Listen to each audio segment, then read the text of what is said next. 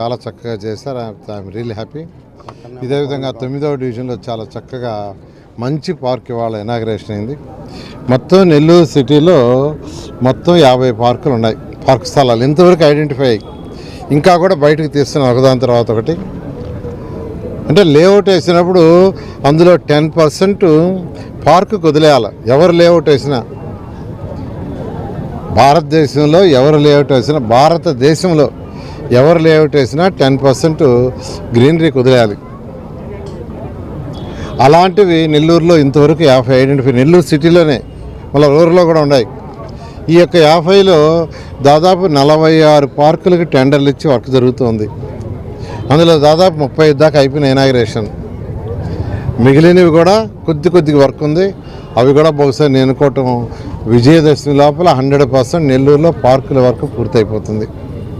ఇంకా చేయాల్సిన పార్కులు ఏమన్నాయి, ఇంకెక్కడన్నా స్థలాలు ఆక్యుపై చేసుకుని ఉంటే ఆ స్థలాలు తీసుకొని వాటిలో పార్కులు డెవలప్ చేయాల్సిన పని ఉంటుంది. ఈ విధంగా పార్కులు, పిల్లలకి play ground, play equipment, gym equipment అన్నిటిని ఏర్పాటు చేసాం. ఇది ఊరినే మాటలు చెప్పడం కాదు. కొందరు గతంలో పార్కుల పండగ అన్నారు.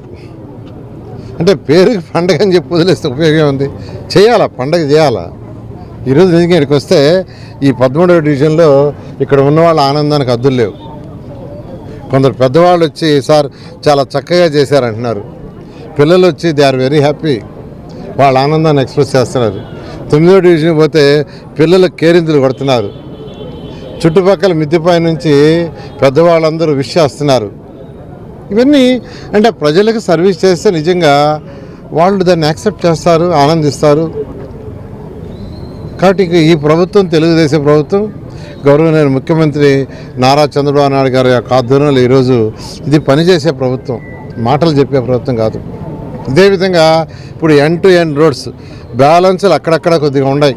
ఇవి మోడల్లో మనం ల్యాండ్ ఇవ్వటం, వాళ్ళు జనరేట్ చేసిన కరెంట్ కొనటం, ఈ రెండు మనం చేయాల్సింది. నెక్స్ట్ మంత్లో అది కూడా వర్క్ చేసి ఆ కాలువలు కూడా కంప్లీట్గా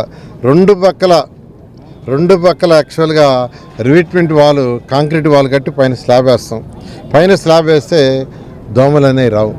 సో దోమలు లేని నగరం చేయటం మొదటి ఉద్దేశం.